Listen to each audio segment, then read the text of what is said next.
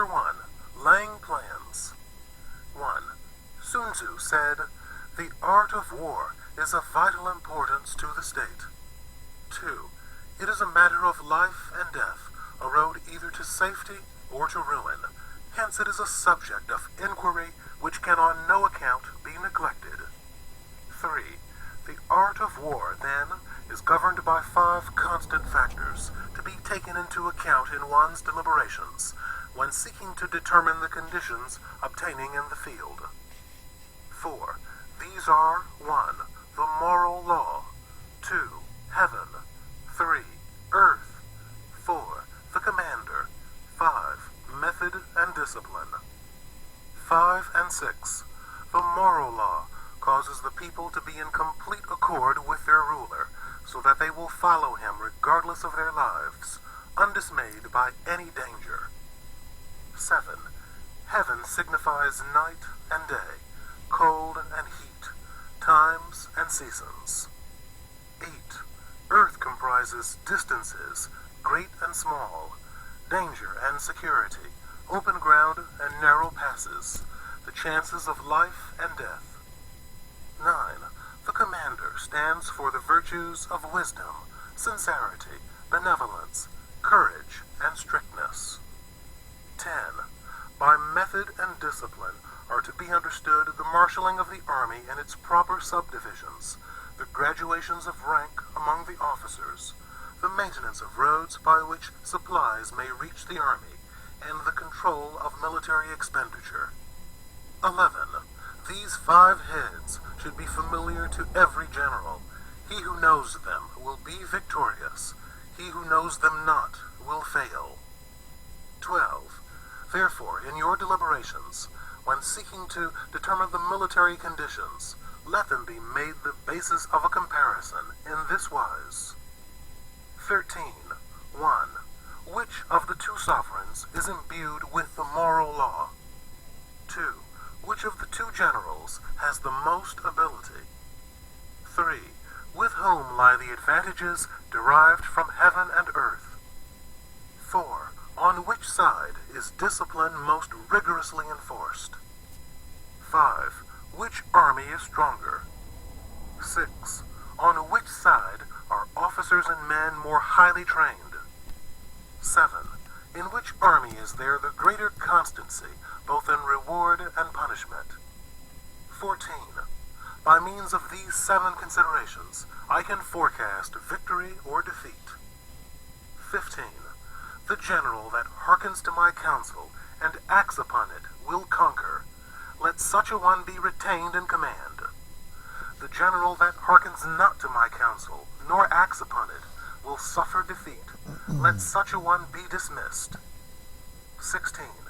While heeding the profit of my counsel, avail yourself also of any helpful circumstances over and beyond the ordinary rules. 17. According as circumstances are favorable, one should modify one's plans. 18.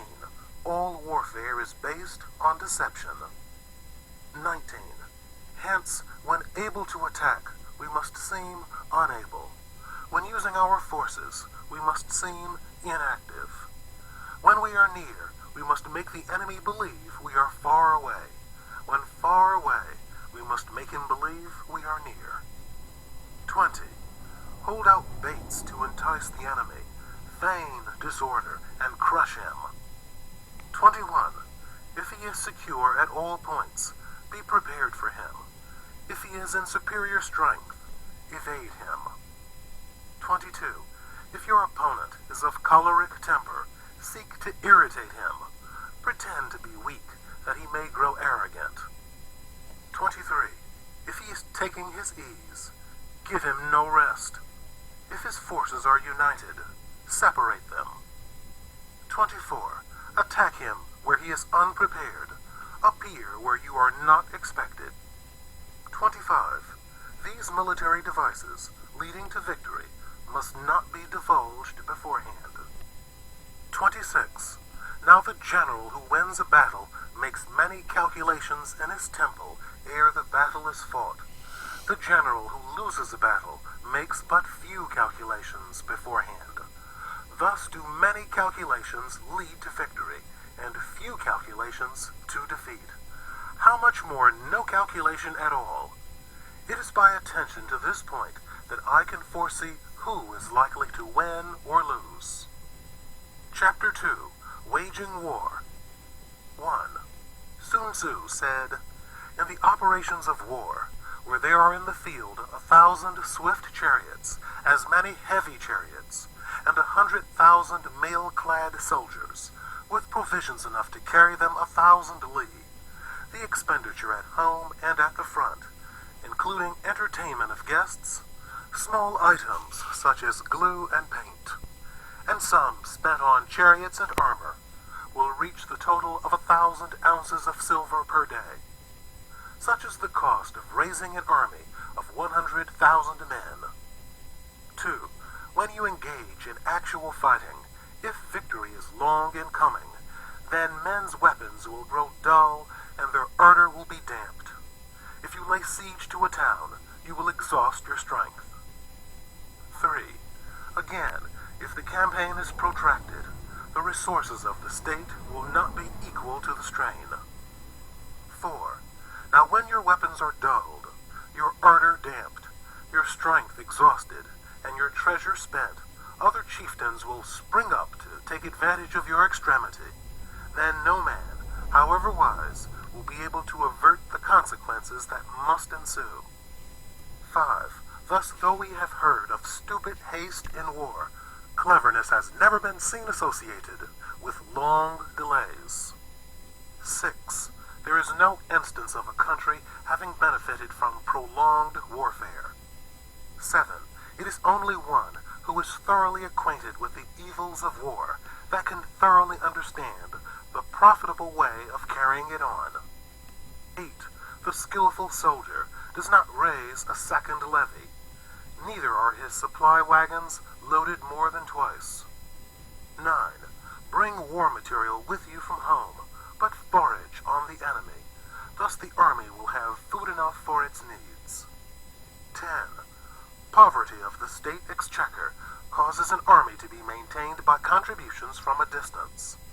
Contributing to maintain an army at a distance causes the people to be impoverished. 11. On the other hand, the proximity of an army causes prices to go up, and high prices cause the people's substance to be drained away. 12. When their substance is drained away, the peasantry will be afflicted by heavy exactions. 13 and 14. With this loss of substance and exhaustion of strength, the homes of the people will be stripped bare, and 3/10 of their income will be dissipated, while government expenses for broken chariots, worn-out horses, breastplates and helmets, bows and arrows, spears and shields, protective mantles, draft oxen and heavy wagons, will amount to 4/10 of its total revenue. 15. Hence a wise general makes a point of foraging on the enemy. 1 cartload of the enemy's provisions is equivalent to 20 of one's own, and likewise a single pickle of his provender is equivalent to 20 from one's own store. 16. Now in order to kill the enemy, our men must be roused to anger, that there may be advantage from defeating the enemy. They must have their rewards. 17. Therefore in chariot fighting, when 10 or more chariots have been taken, those should be rewarded who took the first. Our own flags should be substituted for those of the enemy, and the chariots mingled and used in conjunction with ours. The captured soldiers should be kindly treated and kept. 18. This is called using the conquered foe to augment one's own strength. 19. In war, then, let your great object be victory, not lengthy campaigns. 20. Thus it may be known that the leader of armies is the arbiter of the people's fate, the man on whom it depends whether the nation shall be in peace or in peril. Chapter 3. Attack by Stratagem. 1. Sun Tzu said, "In the practical art of war, the best thing of all is to take the enemy's country whole and intact, to shatter and destroy it is not so good. So too, it is better to recapture an army entire than to destroy it, to capture a regiment, a detachment, or a company entire than to destroy them. 2. Hence to fight and conquer in all your battles is not supreme excellence. Supreme excellence consists in breaking the enemy's resistance without fighting. 3. Thus the highest form of generalship is to balk the enemy's plans. The next best is to prevent the junction of the enemy's forces. The next in order is to attack the enemy's army in the field.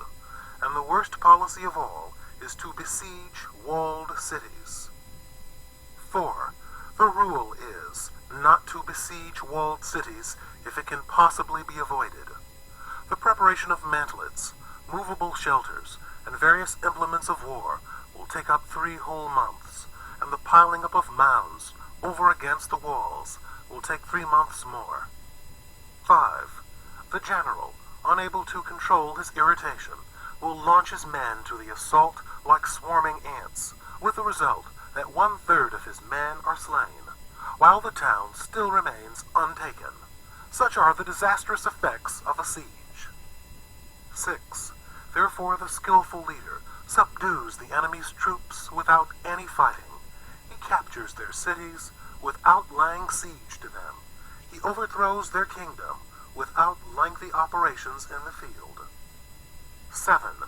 With his forces intact, he will dispute the mastery of the empire, and thus, without losing a man, his triumph will be complete.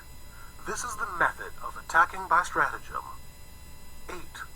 It is the rule in war, if our forces are 10 to the enemy's 1, to surround him, if 5 to 1, to attack him, if twice as numerous, to divide our army into 2. 9. If equally matched, we can offer battle. If slightly inferior in numbers, we can avoid the enemy. If quite unequal in every way, we can flee from him. 10. Hence, though an obstinate fight may be made by a small force, in the end, it must be captured by the larger force. 11. Now the general is the bulwark of the state. If the bulwark is complete at all points, the state will be strong. If the bulwark is defective, the state will be weak. 12. There are 3 ways in which a ruler can bring misfortune upon his army. 13. 1. By commanding the army to advance or to retreat, being ignorant of the fact that it cannot obey. This is called hobbling the army. 14. 2. By attempting to govern an army in the same way as he administers a kingdom, being ignorant of the conditions which obtain in an army. This causes restlessness in the soldiers' minds. 15. 3. By employing the officers of his army without discrimination, through ignorance of the military principle of adaptation to circumstances. This shakes the confidence of the soldiers. 16. But when the army is restless and distrustful, trouble is sure to come from the other feudal princes. This is simply bringing anarchy into the army and flinging victory away. 17. Thus we may know that there are 5 essentials for victory. 1.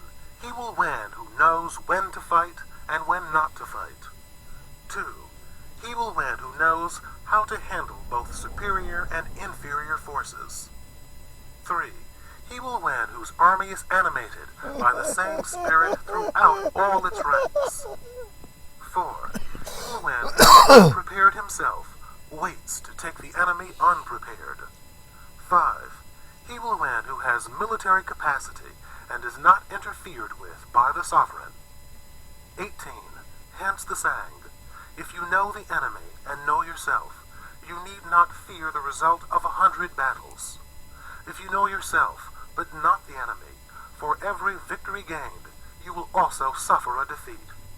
If you know neither the enemy nor yourself, you will succumb in every battle. Chapter 4. Tactical Dispositions. 1. Sun Tzu said, the good fighters of old first put themselves beyond the possibility of defeat, and then waited for an opportunity of defeating the enemy. 2. To secure ourselves against defeat lies in our own hands, but the opportunity of defeating the enemy is provided by the enemy himself. 3. Thus the good fighter is able to secure himself against defeat, but cannot make certain of defeating the enemy. 4. Hence the saying, one may know how to conquer without being able to do it. 5. Security against defeat implies defensive tactics. Ability to defeat the enemy means taking the offensive.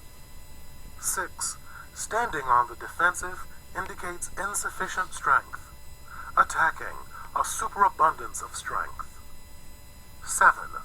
The general who is skilled in defense hides in the most secret recesses of the earth. He who is skilled in attack flashes forth from the topmost heights of heaven. Thus, on the one hand, we have the ability to protect ourselves. On the other, a victory that is complete. 8. To see victory only when it is within the ken of the common herd is not the acme of excellence. 9. Neither is it the acme of excellence if you fight and conquer, and the whole empire says, well done. 10. To lift an autumn hair is no sign of great strength. To see the sun and moon is no sign of sharp sight. To hear the noise of thunder is no sign of a quick ear. 11. What the ancients called a clever fighter is one who not only wins, but excels in winning with ease. 12. Hence his victories bring him neither reputation for wisdom nor credit for courage. 13. He wins his battles by making no mistakes. Making no mistakes is what establishes the certainty of victory, for it means conquering an enemy that is already defeated. 14. Hence the skillful fighter puts himself into a position which makes defeat impossible and does not miss the moment for defeating the enemy. 15. Thus it is that in war, the victorious strategist only seeks battle after the victory has been won, whereas he who is destined to defeat first fights and afterwards looks for victory. 16. The consummate leader cultivates the moral law and strictly adheres to method and discipline. Thus it is in his power to control success. 17. In respect of military method, we have, firstly, measurement. Secondly, estimation of quantity. Thirdly, calculation. Fourthly, balancing of chances. Fifthly, victory. 18. Measurement owes its existence to earth.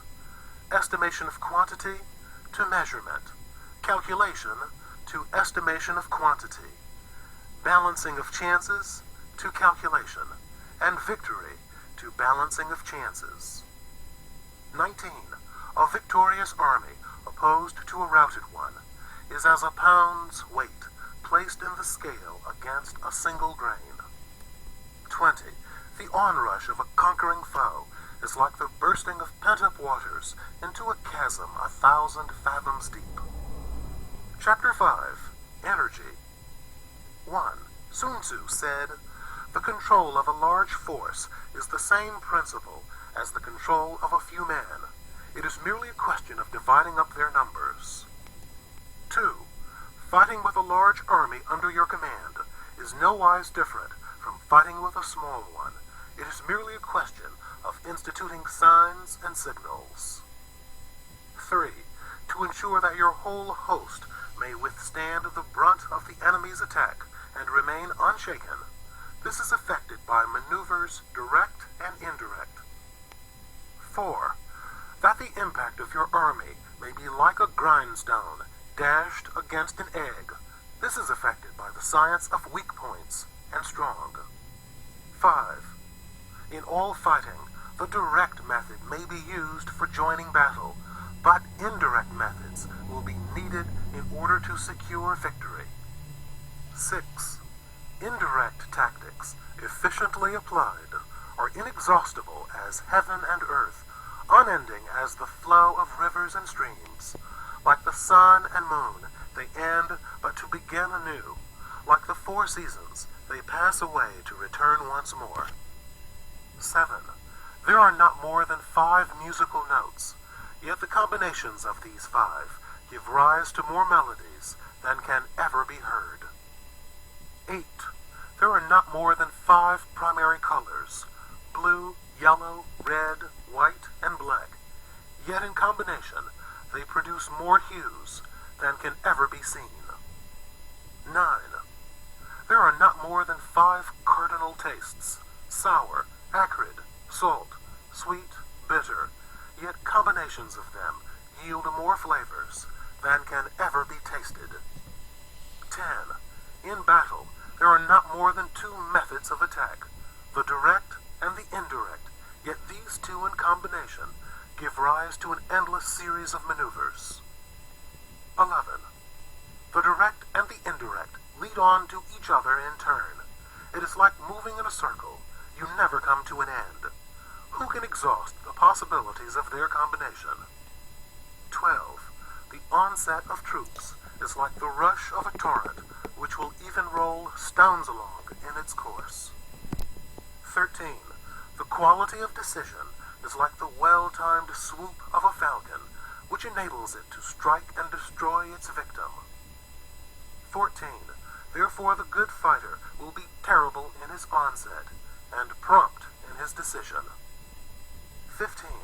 Energy may be likened to the bending of a crossbow, decision to the releasing of a trigger. 16. Amid the turmoil and tumult of battle, there may be seeming disorder, and yet no real disorder at all. Amid confusion and chaos, your array may be without head or tail, yet it will be proof against defeat. 17. Simulated disorder postulates perfect discipline. Simulated fear postulates courage. Simulated weakness postulates strength. 18. Hiding order beneath the cloak of disorder is simply a question of subdivision. Concealing courage under a show of timidity presupposes a fund of latent energy. Masking strength with weakness is to be effected by tactical dispositions. 19. Thus one who is skillful at keeping the enemy on the move maintains deceitful appearances, according to which the enemy will act. He sacrifices something that the enemy may snatch at it. 20. By holding out baits, he keeps him on the march. Then with a body of picked men, he lies in wait for him. 21. The clever combatant looks to the effect of combined energy and does not require too much from individuals. Hence, his ability to pick out the right man and utilize combined energy. 22. When he utilizes combined energy, his fighting men become, as it were, like unto rolling logs or stones. For it is the nature of a log or stone to remain motionless on level ground, and to move when on a slope, if four-cornered, to come to a standstill, but if round-shaped, to go rolling down. 23. Thus the energy developed by good fighting men is as the momentum of a round stone rolled down a mountain thousands of feet in height. So much on the subject of energy. What? Chapter 6. Bitches. Weak points and strong. What's this? 1. Sun Tzu said, "Whoever is first in the field and awaits the coming of the enemy will be fresh for the fight. Whoever is second in the field and has to hasten to battle will arrive exhausted." 2. Therefore the clever combatant imposes his will on the enemy, but does not allow the enemy's will to be imposed on him. 3. By holding out advantages to him, he can cause the enemy to approach of his own accord, or by inflicting damage, he can make it impossible for the enemy to draw near. 4. If the enemy is taking his ease, he can harass him. If well supplied with food, he can starve him out. If quietly encamped, he can force him to move. 5. Appear at points which the enemy must hasten to defend. March swiftly to places where you are not expected. 6. An army may march great distances without distress if it marches through country where the enemy is not. 7. You can be sure of succeeding in your attacks if you only attack places which are undefended. You can ensure the safety of your defense if you only hold positions that cannot be attacked. 8. Hence that general is skillful in attack, whose opponent does not know what to defend, and he is skillful in defense, whose opponent does not know what to attack. 9. O divine art of subtlety and secrecy, through you we learn to be invisible, through you inaudible, and hence we can hold the enemy's fate in our hands. 10. You may advance and be absolutely irresistible if you make for the enemy's weak points. You may retire and be safe from pursuit if your movements are more rapid than those of the enemy. 11. If we wish to fight, the enemy can be forced to an engagement even though he be sheltered behind a high rampart and a deep ditch. All we need do is attack some other place that he will be obliged to relieve. 12. If we do not wish to fight, we can prevent the enemy from engaging us even though the lines of our encampment be merely traced out on the ground. All we need do is to throw something odd and unaccountable in his way. 13. By discovering the enemy's dispositions and remaining invisible ourselves, we can keep our forces concentrated while the enemy's must be divided. 14. We can form a single united body while the enemy must split up into fractions. Hence there will be a whole pitted against separate parts of a whole, which means that we shall be many to the enemy's few. 15. And if we are able thus to attack an inferior force with a superior one, our opponents will be in dire straits. 16. The spot where we intend to fight must not be made known, for then the enemy will have to prepare against a possible attack at several different points, and his forces being thus distributed in many directions, the numbers we shall have to face at any given point will be proportionately few. 17. For should the enemy strengthen his van, he will weaken his rear. Should he strengthen his rear, he will weaken his van. What? Should he strengthen his left, he will weaken his right. Should he strengthen his right, he will weaken his left.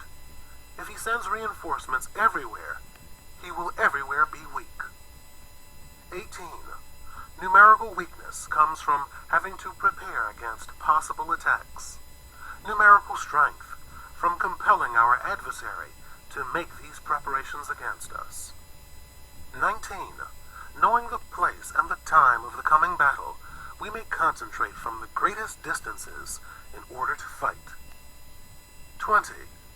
But if neither time nor place be known, then the left wing will be impotent to succor the right equally impotent to succor the left, the van unable to relieve the rear, or the rear to support the van.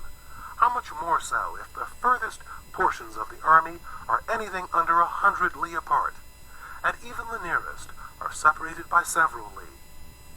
21. Though according to my estimate, the soldiers of Eua exceed our own in number, that shall advantage them nothing in the matter of victory. I say then that victory can be achieved. 22. Though the enemy be stronger in numbers, we may prevent him from fighting. Scheme so as to discover his plans and the likelihood of their success. 23.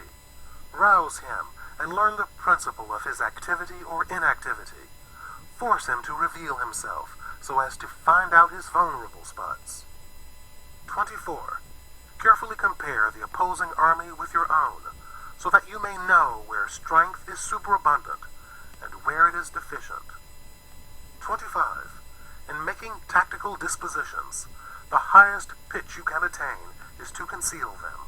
Conceal your dispositions, and you will be safe from the prying of the subtlest spies, from the machinations of the wisest brains. 26. How victory may be produced for them out of the enemy's own tactics, that is what the multitude cannot comprehend. 27. All men can see the tactics whereby I conquer, but what none can see is the strategy out of which victory is evolved. 28. Do not repeat the tactics which have gained you one victory, but let your methods be regulated by the infinite variety of circumstances. 29. Military tactics are like unto water, for water in its natural course runs away from high places and hastens downwards. 30. So in war, the way is to avoid what is strong and to strike at what is weak. 31. Water shapes its course according to the nature of the ground over which it flows. The soldier works out his victory in relation to the foe whom he is facing. 32. Therefore, just as water retains no constant shape, so in warfare there are no constant conditions. 33. He who can modify his tactics in relation to his opponent, and thereby succeed in winning, may be called a heaven-born captain. 34. The 5 elements, water, fire, wood, metal, earth, are not always equally predominant. The 4 seasons make way for each other in turn. There are short days and long. The moon has its periods of waning and waxing. Chapter 7. Maneuvering. 1. Sun Tzu said, "In war, the general receives his commands from the sovereign." 2. Having collected an army and concentrated his forces, he must blend and harmonize the different elements thereof before pitching his camp. 3. After that comes tactical maneuvering, than which there is nothing more difficult. The difficulty of tactical maneuvering consists in turning the devious into the direct, and misfortune into gain. 4. Thus to take a long and circuitous route, after enticing the enemy out of the way, and though starting after him, to contrive to reach the goal before him, shows knowledge of the artifice of deviation. 5. Maneuvering with an army is advantageous. With an undisciplined multitude, most dangerous. 6. If you set a fully equipped army in march in order to snatch an advantage, the chances are that you will be too late. On the other hand, to detach a flying column for the purpose involves the sacrifice of its baggage and stores. 7. Thus if you order your men to roll up their buff coats and make forced marches without halting day or night, covering double the usual distance at a stretch, doing 100 li in order to wrest an advantage, the leaders of all your 3 divisions will fall into the hands of the enemy. 8. The stronger man will be in front, the jaded ones will fall behind, and on this plan, only 1/10 of your army will reach its destination. 9. If you march 50 li in order to outmaneuver the enemy, you will lose the leader of your 1st division, and only half your force will reach the goal. 10. If you march 30 li with the same object, 2/3 of your army will arrive. 11. We may take it then that an army without its baggage train is lost. Without provisions, it is lost. Without basis of supply, it is lost. 12. We cannot enter into alliances until we are acquainted with the designs of our neighbors. 13. We are not fit to lead an army on the march unless we are familiar with the face of the country, its mountains and forests, its pitfalls and precipices, its marshes and swamps. 14. We shall be unable to turn natural advantage to account unless we make use of local guides. 15. In war, practice dissimulation, and you will succeed. 16. Whether to concentrate or to divide your troops must be decided by circumstances. 17. Let your rapidity be that of the wind, your compactness that of the forest. 18. In raiding and plundering, be like fire, in immovability, like a mountain. 19. Let your plans be dark and impenetrable as night, and when you move, fall like a thunderbolt. 20. When you plunder a countryside, let the spoil be divided amongst your men. When you capture new territory, cut it up into allotments for the benefit of the soldiery. 21. Ponder and deliberate before you make a move. 22. He will conquer who has learnt the artifice of deviation, such as the art of maneuvering. 23. The Book of Army Management says, on the field of battle, the spoken word does not carry far enough, hence the institution of gongs and drums. Nor can ordinary objects be seen clearly enough, hence the institution of banners and flags. 24. Gongs and drums, banners and flags, are means whereby the ears and eyes of the host may be focused on one particular point. 25. The host thus forming a single united body, is it impossible either for the brave to advance alone, or for the cowardly to retreat alone. This is the art of handling large masses of men. 26. In night fighting, then, make much use of signal fires and drums, and in fighting by day, of flags and banners, as a means of influencing the ears and eyes of your army. 27. A whole army may be robbed of its spirit. A commander-in-chief may be robbed of his presence of mind. 28. Now a soldier's spirit is keenest in the morning. By noonday it has begun to flag, and in the evening his mind is bent only on returning to camp. 29. A clever general, therefore, avoids an army when its spirit is keen, but attacks it when it is sluggish and inclined to return. This is the art of studying moods. 30. Disciplined and calm, to await the appearance of disorder and hubbub amongst the enemy. This is the art of retaining self-possession. 31. To be near the goal while the enemy is still far from it. To wait at ease while the enemy is toiling and struggling. To be well fed while the enemy is famished. This is the art of husbanding one's strength. 32. To refrain from intercepting an enemy whose banners are in perfect order. To refrain from attacking an army drawn up in calm and confident array. This is the art of studying circumstances. 33. It is a military axiom not to advance uphill against the enemy, nor to oppose him when he comes downhill. 34. Do not pursue an enemy who simulates flight. Do not attack soldiers whose temper is keen.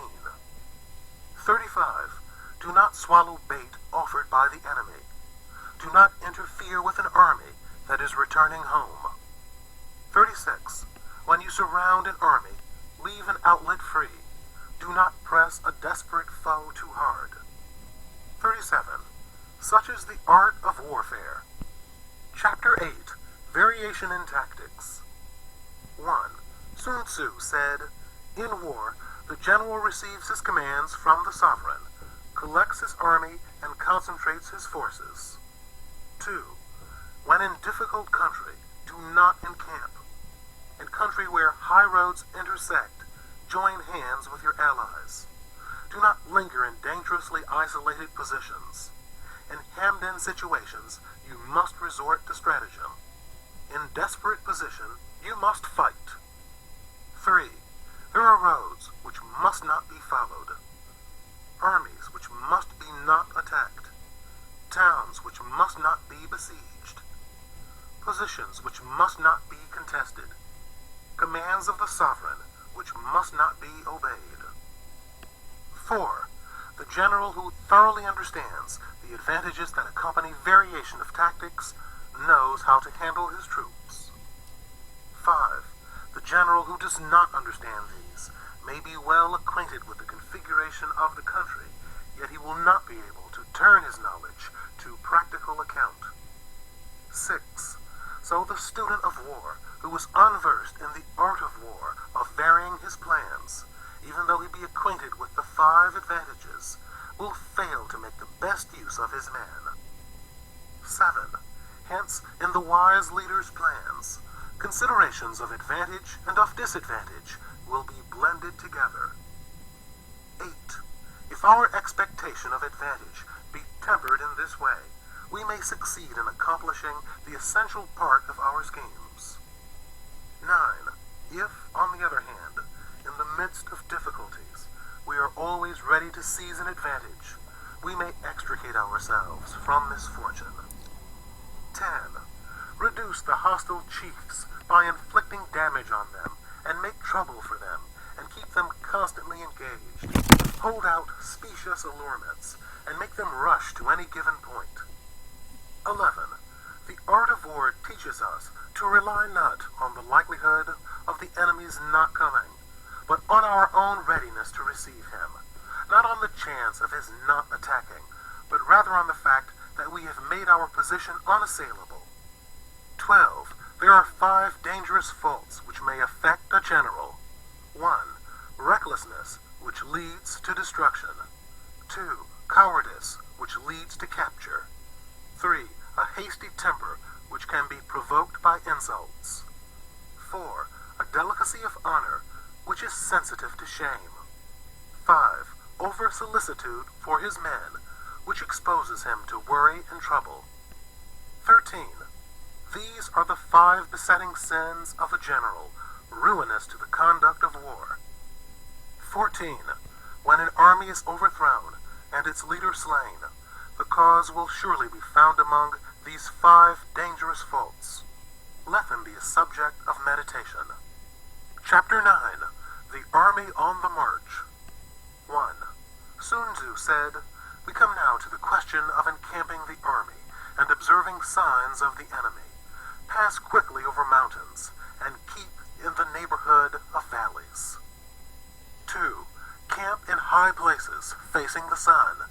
Do not climb heights in order to fight. So much for mountain warfare. 3. After crossing a river, you should get far away from it. 4. When an invading force crosses a river in its onward march, do not advance to meet it in midstream. It will be best to let half the army get across, and then deliver your attack.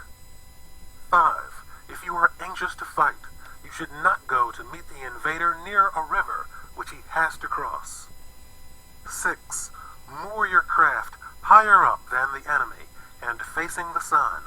Do not move upstream to meet the enemy. So much for river warfare.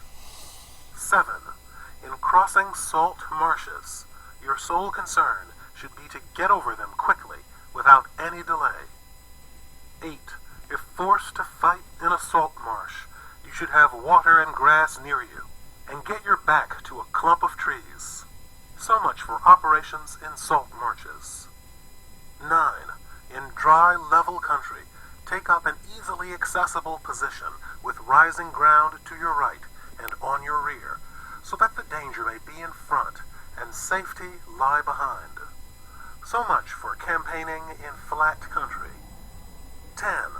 These are the 4 useful branches of military knowledge which enabled the Yellow Emperor to vanquish 4 several sovereigns. 11. All armies prefer high ground to low, and sunny places to dark. 12. If you are careful of your men, and camp on hard ground, the army will be free from disease of every kind, and this will spell victory. 13. When you come to a hill or bank, occupy the sunny side, with the slope on your right rear. Thus you will at once act for the benefit of your soldiers, and utilize the natural advantages of the ground. 14. When, in consequence of heavy rains up country, a river which you wish to ford is swollen and flecked with foam, you must wait until it subsides. 15. Country in which there are precipitous cliffs, with torrents running between, deep natural hollows, confined places, tangled thickets, quagmires, and crevasses, should be left with all possible speed, and not approached. 16. While we keep away from such places, we should get the enemy to approach them. While we face them, we should let the enemy have them on his rear. 17. If in the neighborhood of your camp there should be any hilly country, ponds surrounded by aquatic grass, hollow basins filled with reeds, or woods with thick undergrowth, they must be carefully routed out and searched, for these are places where men in ambush or insidious spies are likely to be lurking. 18. When the enemy is close at hand and remains quiet, he is relying on the natural strength of his position. 19. When he keeps aloof and tries to provoke a battle, he is anxious for the other side to advance. 20. If his place of encampment is easy of access, he is tendering a bait. 21. Movement amongst the trees of a forest shows that the enemy is advancing. The appearance of a number of screens in the midst of thick grass means that the enemy wants to make us suspicious. 22. The rising of birds in their flight is the sign of an ambuscade. Startled beasts indicate that a sudden attack is coming. 23. When there is dust rising in a high column, it is the sign of chariots advancing. When the dust is low but spread over a wide area, it betokens the approach of infantry. When it branches out in different directions, it shows that parties have been sent to collect firewood.